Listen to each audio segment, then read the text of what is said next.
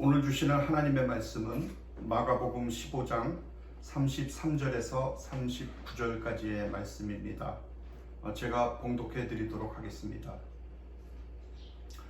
제6시가 되매 온 땅에 어둠이 임하여 제9시까지 계속하더니 제9시에 예수께서 크게 소리 지르시되 엘리 엘리 라마 사박다니 하시니 이를 번역하면 나의 하나님 나의 하나님 어찌하여 나를 버리셨나이까 하는 뜻이라. 곁에 섰던 자 중 어떤 이들은 듣고 이르되 보라 엘리야를 부른다 하고 한 사람이 달려가서 해면에 신 포도주를 적시어 갈대에 꿰어 마시게 하고 이르되 가만두라 엘리야가 와서 그를 내려주나 보자 하더라. 예수께서 큰 소리를 지르시고 숨지시니라. 이에 성소 휘장이 위로부터 아래까지 찢어져 둘이 되니라. 예수를 향하여 섰던 백부장이 그렇게 숨지심을 보고 이르되 이 사람은 진실로 하나님의 아들이었도다 하더라. 할렐루야.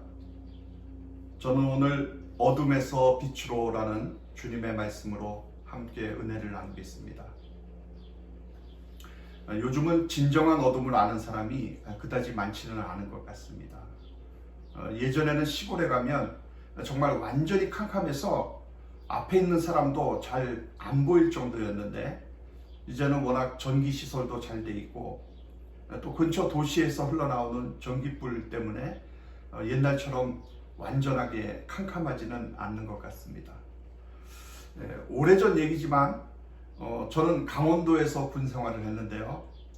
밤에 야간 행군을 하다가 다리를 건너게 되었는데 앞이 너무도 안 보여서 그만 강에 빠질 뻔 하려고 했던 것을 옆에 있던 동료 병사가 재빨리 저를 붙잡아 주는 바람에 위기를 모면했던 그런 기억이 납니다. 그래서 저는 아직도 밤이 무섭습니다. 남극 근처에는 5월 중순에 태양이 져서 6월 말까지 다시 떠오르지 않는다고 합니다. 그러니까 2개월이 넘도록 낮이 없어지는 것이죠. 그래서 극지를 탐험하는 탐험가들의 전기를 읽어보면 정말 빛이 한 점도 없는 곳에서 몇 주씩을 버텨내야 하는 그런 괴로움들을 토로를 하고 있는데 이 암흑과 싸워서 이겨내는 사람은 거의 없고 대부분의 사람이 미쳐버린다고 합니다. 여러분, 이런 지독한 어둠 속에서는 우리가 앞을 볼 수 없기 때문에 자신이 어디로 가는지 전혀 알 수가 없습니다. 심지어 자신의 모습도 알 수가 없습니다. 물론 바로 옆에 있는 사람이 적인지 친구인지도 알 수가 없는 것입니다. 그래서 암흑 속에서는 철저하게 고립이 되고 맙니다. 그런데 지금의 우리의 상황이 그런 것 같습니다. 캄캄한 어둠 속에 갇혀서 한치 앞도 볼 수가 없고 어디로 가야 하는지도 모르는 그런 막막함이 또 그로 인한 정말 하루하루를 어떻게 살아야 하나라는 절망과 무거운 중압감이 우리를 짓누르고 있습니다. 물론 정부에서는 어떻게 해서라도 경제를 정상화시켜보려고 이렇게 노력들을 하고 있지만 오히려 백신이 나오지 않는 상태에서 이렇게 무리하게 움직이는 것이 사람들로 하여금 더 큰 불안으로 몰고 가는 것 같습니다. 시편 107편 10절에서 11절에 보면 사람이 흑암과 사망의 그늘에 앉으며 곤고와 쇠사슬에 매임은 하나님의 말씀을 거역하며 지존자의 뜻을 멸시함이라 라고 했습니다. 인간이 재난과 죽음에 직면하는 것이 우연히 발생한 것이 아니라 인간의 교만과 폐역이 있다는 것입니다. 그동안 인류는 고도의 과학기술을 통한 문명의 바벨탑을 쌓음으로 인해서 교만해졌습니다. 하나님께 등을 돌리고 다른 것을 삶의 중심으로 삼았습니다. 그래서 영적 어둠이 찾아온 것입니다. 진리와 생명으로부터 멀어졌기 때문에 이토록 칠흑 같은 어둠이 찾아온 것입니다.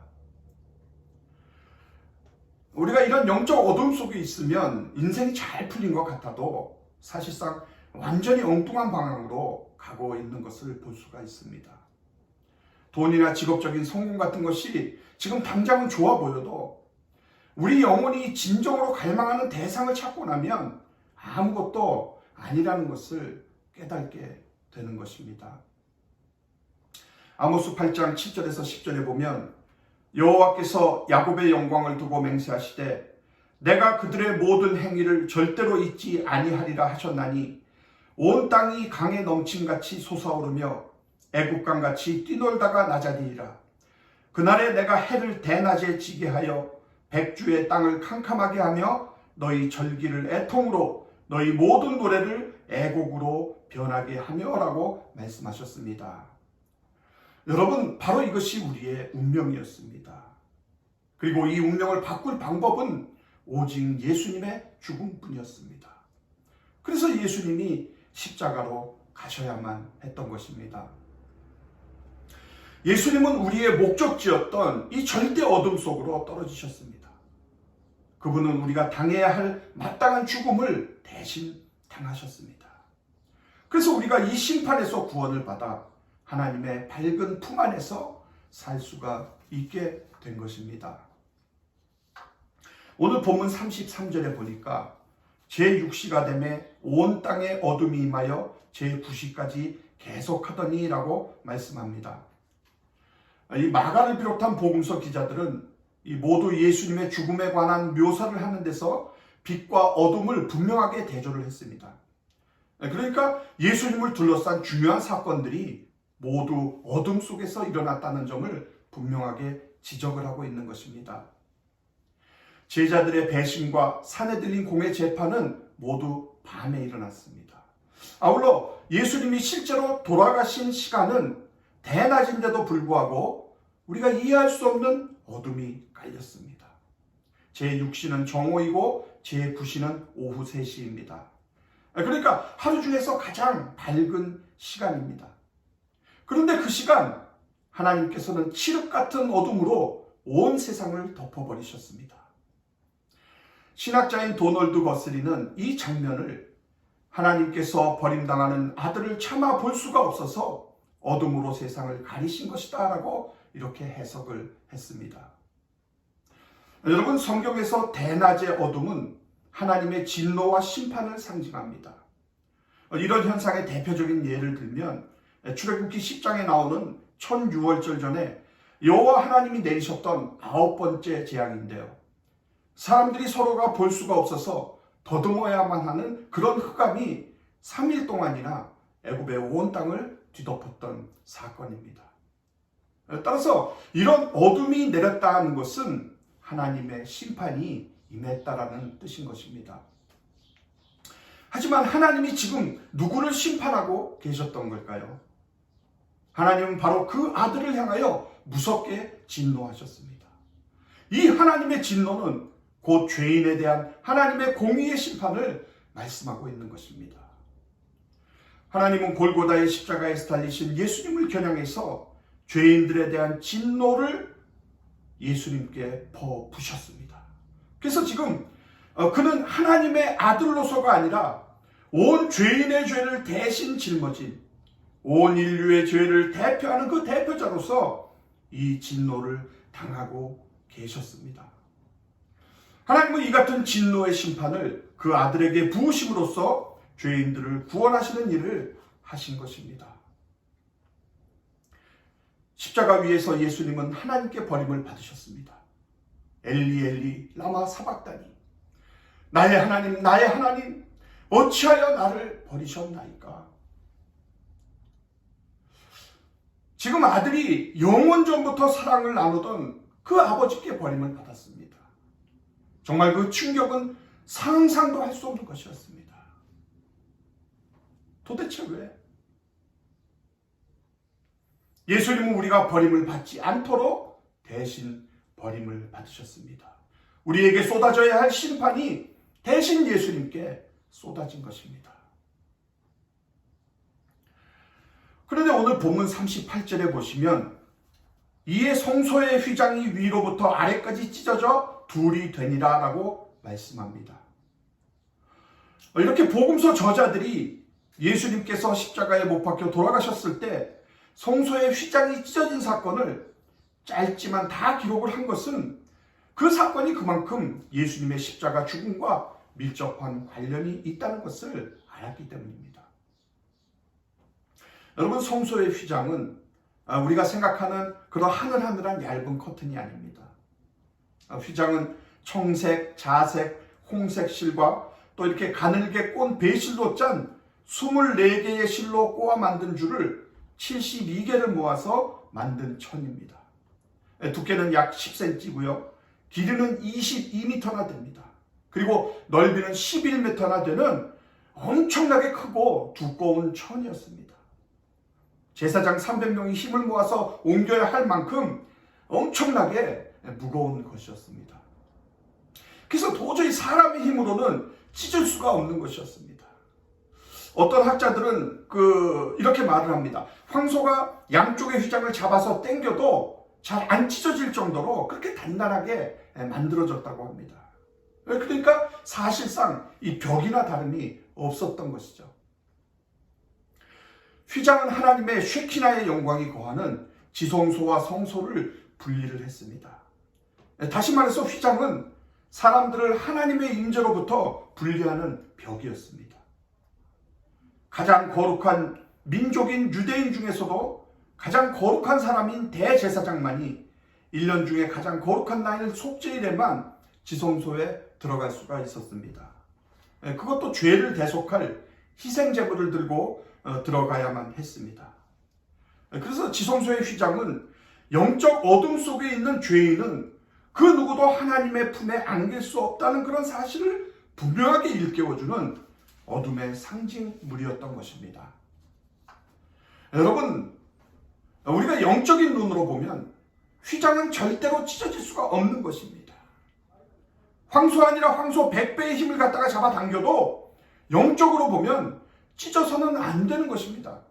왜냐하면 이것은 하나님께서 만들어 놓은 거룩한 구별점이 되기 때문에 오직 누구만 찢을 수 있냐 하면 하나님만이 찢을 수가 있는 것입니다. 그런데 지금 이 순간에 예수님이 운명하시는 그 순간에 그때 휘장을 찢었던 힘은 하나님 아버지께서 직접 역사하심으로 예수님이 십자가를 지시는 이전과 이후 사이에 하나님이 세상을 통치하시는 방법이 달라졌다라는 것을 보여주시기 위한 놀라운 하나님의 역사의 상징적인 일이었습니다. 그러므로 이 휘장은 하나님 아버지께서 찢으신 것입니다. 이것을 히브리서 기자는 그러므로 형제들아 우리가 예수의 피를 힘입어 성소에 들어갈 담력을 얻었나니 그 길은 우리를 위하여 휘장 가운데로 열어놓으신 새로운 살 길이요 휘장은 곧 그의 육체니라 라고 말씀했습니다. 예수님께서 자신의 육체를 십자가에 찢어서 하나님께 화목제물로 드리심으로 지성소의 휘장을 찢으시고 그가 친히 하나님께로 가는 길이 되신 것입니다. 그러므로 하나님께 가는 길은 다른 길이 절대로 없습니다. 오직 예수님만이 그의 몸으로 찢어 놓으신 휘장 가운데로 가는 길만이 바로 참된 길인 것입니다. 여러분, 휘장 가운데로 간다는 말은요, 그 휘장을 찢으신 예수님을 통해서만 갈 수가 있다는 것을 의미하는 것입니다. 성소의 휘장이 찢어짐으로 이제는 누구든지 예수 그리스도를 통해서 은혜의 보좌 앞에 나갈 수가 있게 되었습니다. 오직 대제사장만이 1년에 한 번만 들어갈 수 있었던 그 자리에 우리는 예수 그리스도의 피를 힘입어 언제든지 들어갈 수가 있게 된 것입니다. 그리고 그 자리도 땅의 지성소가 아니라 친히 하나님이 계시는 또한 우리의 대제사장이신 예수 그리스도께서 계시는 그 은혜의 보좌 앞에 우리가 나갈 수가 있게 된 것입니다.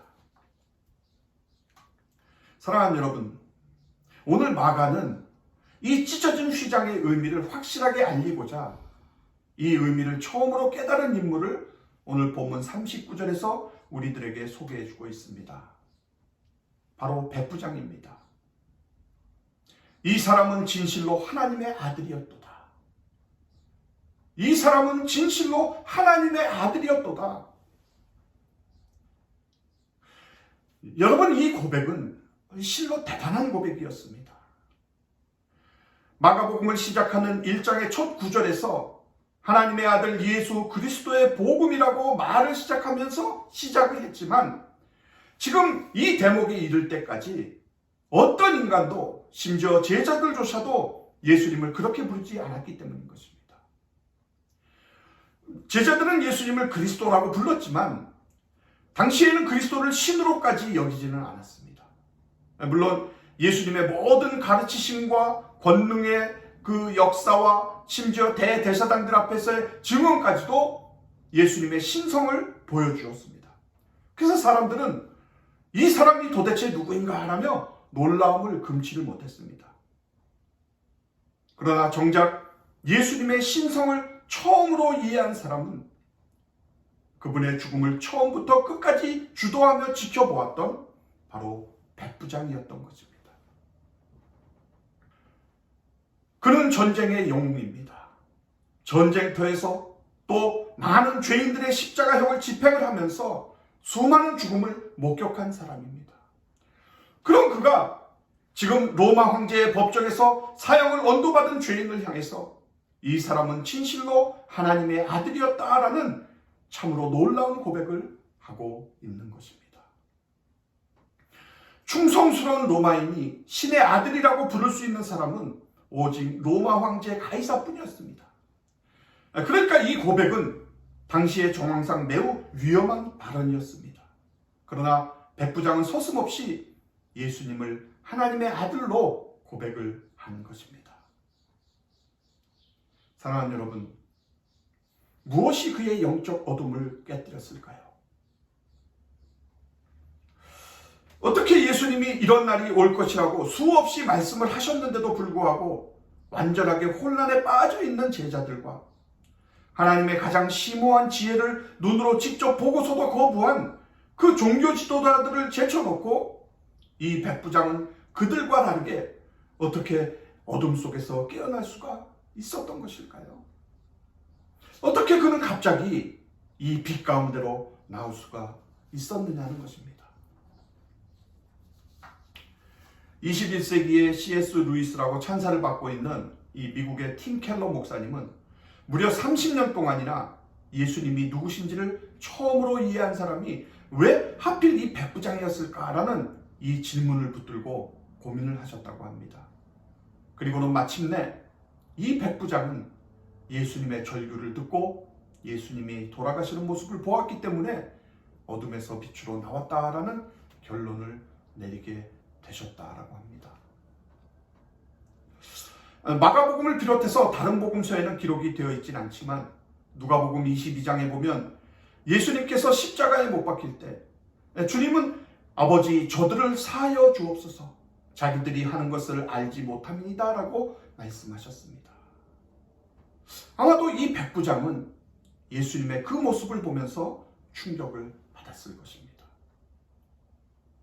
수많은 사람들의 죽음을 보았고 그중 많은 사람을 자기 손으로 죽였습니다. 하지만 이 죽음은 이전까지의 죽음과는 너무도 달랐던 것입니다. 그것은 고통 중에서 드러나는 예수님의 다정하신 모습이었습니다. 바로 그것이 백부장의 무정함을 꿰뚫었을 것입니다.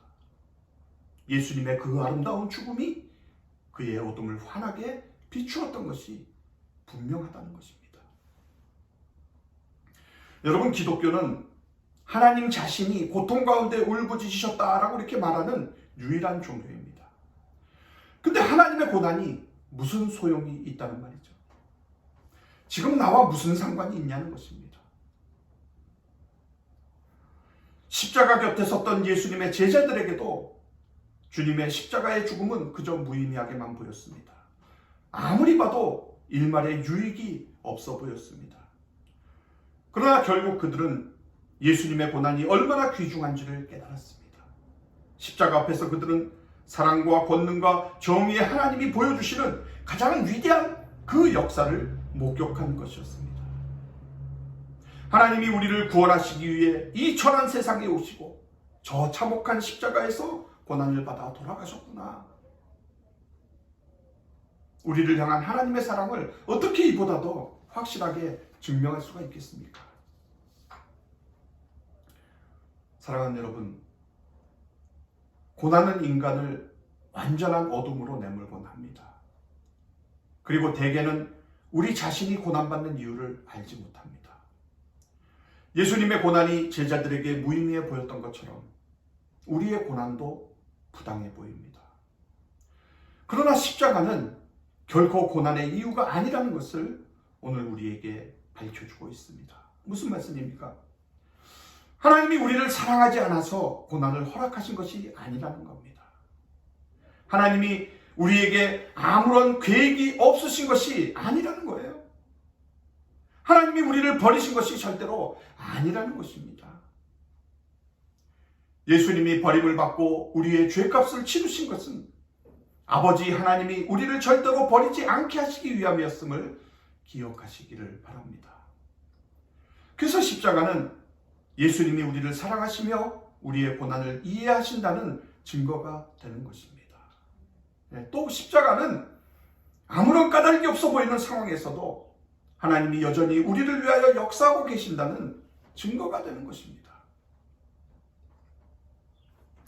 사랑하는 성도 여러분, 하나님은 지금 코로나19라는 이 전 세계적인 유행병을 통해서 인간을 겸손하게 하시고 인간의 진정한 모습, 자신이 창조자가 아닌 피조물이고 먼지고 티끌에 불과한 그런 죽은 인생임을 깨닫게 하고 계십니다.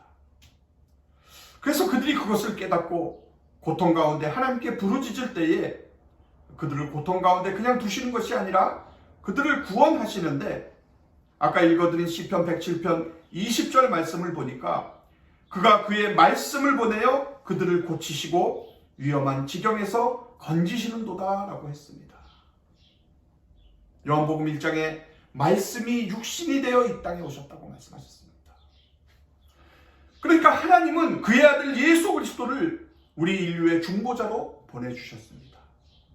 하나님의 아들 메시아 예수 그리스도는 하나님을 거역하는 인간들의 죄를 대신 지시고 십자가에서 달려 죽으시고 고난을 당하신 것입니다.